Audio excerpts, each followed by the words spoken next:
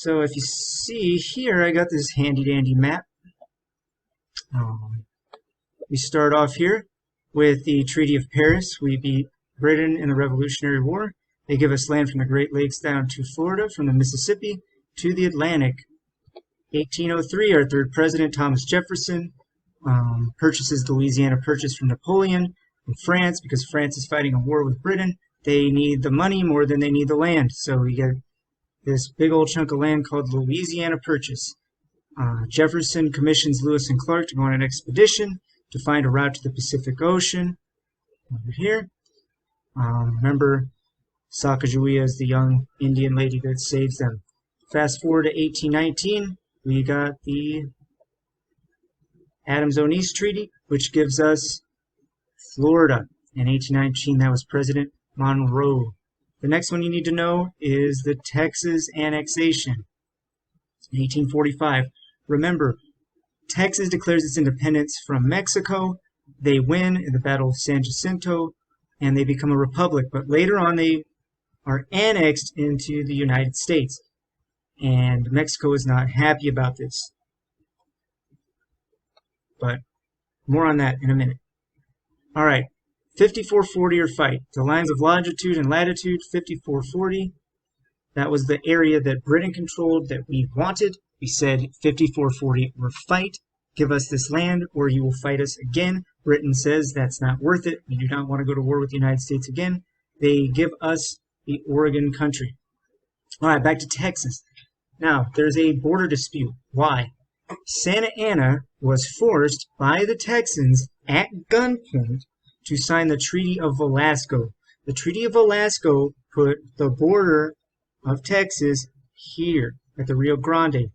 But Mexico said, we don't do treaties like that. You don't put people at gunpoint. That's not legitimate. We don't recognize it. The real border of Mexico is here at the Nueces River. So there's a dispute. Remember, we have this president named James K. Polk. He believes in manifest destiny, sea to shining sea. So what does he do? He asks Mexico to buy California. Mexico says no. So what does he do next? He sends his troops into this disputed area here, and the troops get fired on. This starts the Mexican-American War. We end up taking Mexico City. They surrender. We sign the Treaty of Guadalupe Hidalgo, and we get the Mexican Cession in 1848. Their manifest destiny is realized. We have taken our territory from sea to shining sea.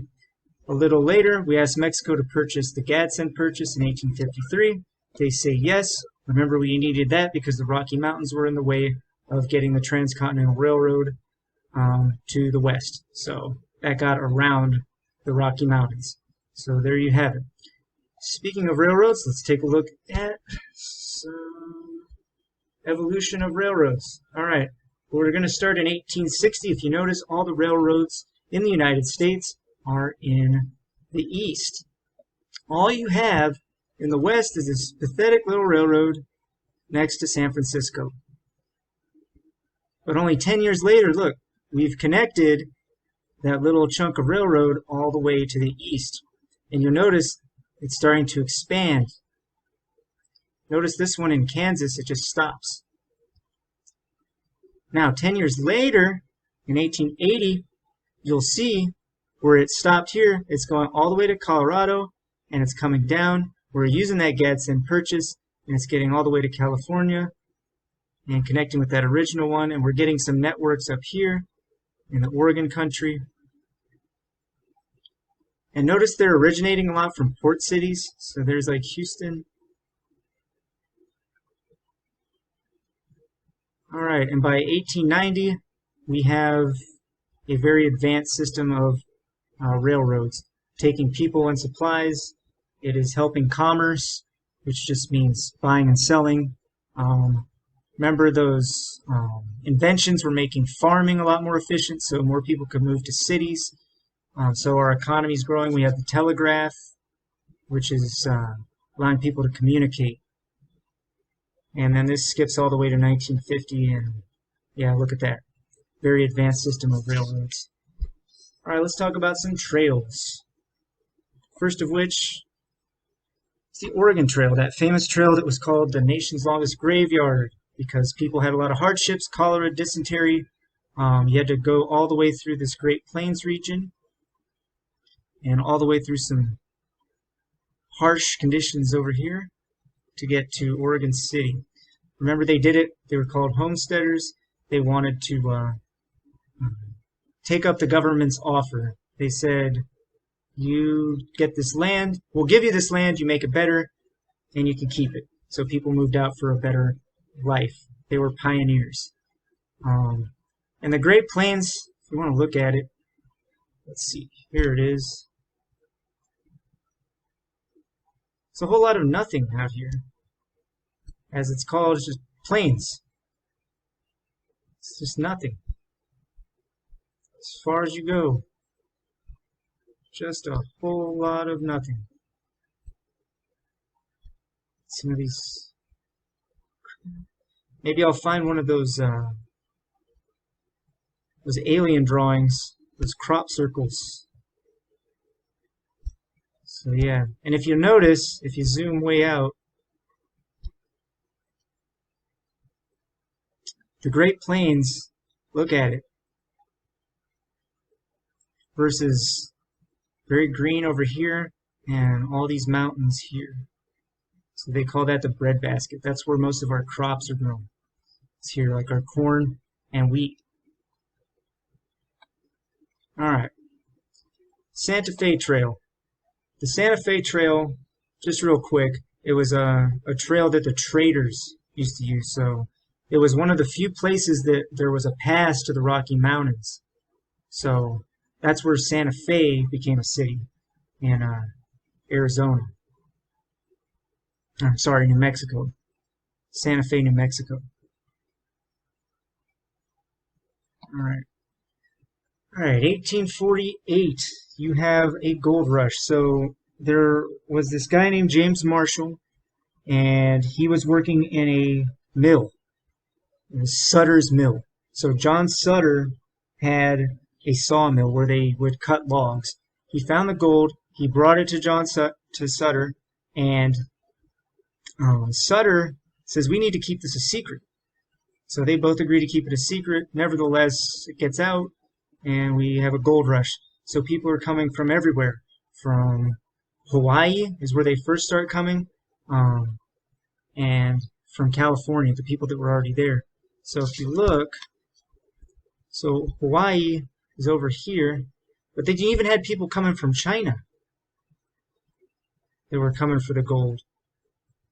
Half of the people would use this. That's the California Trail.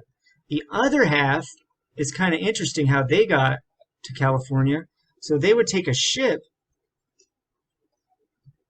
and they would sail all the way around South America, get all the way down to Antarctica, and come around and all the way back up to San Francisco. This was before the Panama Canal, because that was in 1849. Panama Canal didn't get underway until the French started building it in the 1880s and 90s. Some people nevertheless tried to get through here, but you'd have to travel through jungle, and the mosquitoes carried diseases, so that wasn't a good thing either.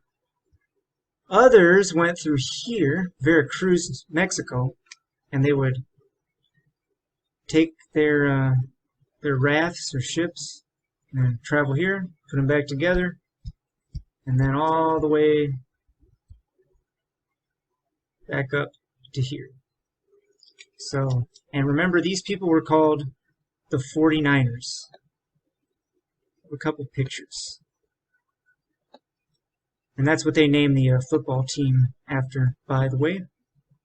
It's the San Francisco 49ers. Here they are panning for gold.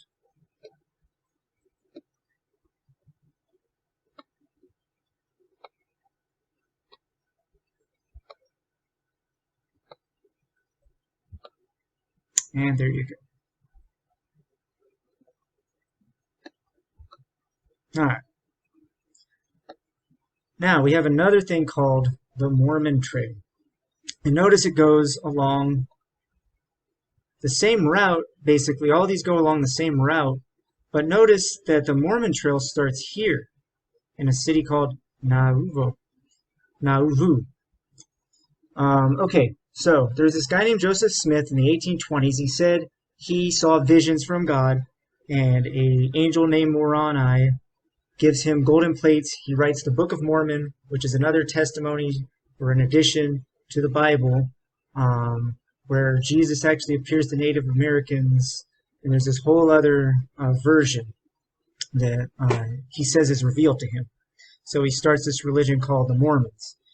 And he's originally here, Missouri, but the Missourians think he's crazy and want him out. So there's actually this thing called the Mormon Wars, and they try to kick him out, and they do, because he wanted to build a city called Zion in Missouri, but it didn't work out for him, so he had to go move over here to Nauvoo.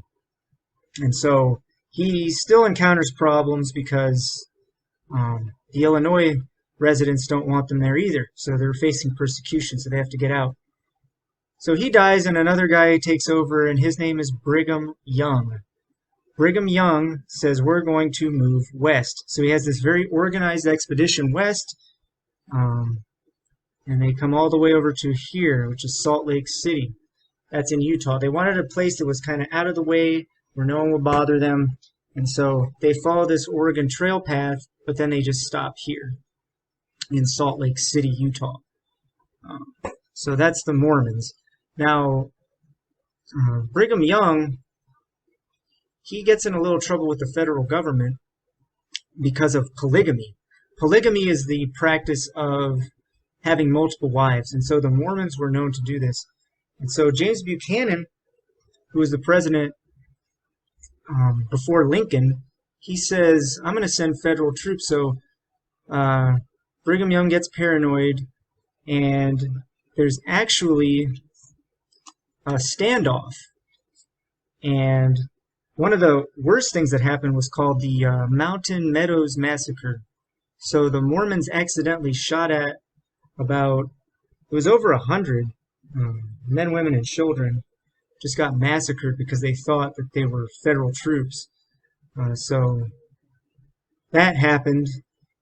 But still today, you'll have Brigham Young University, and you still have the Church of Jesus Christ of Latter-day Saints operates out of Salt Lake City, Utah. And in this region here, that is a very predominant religion. All right. So that's basically it for this video.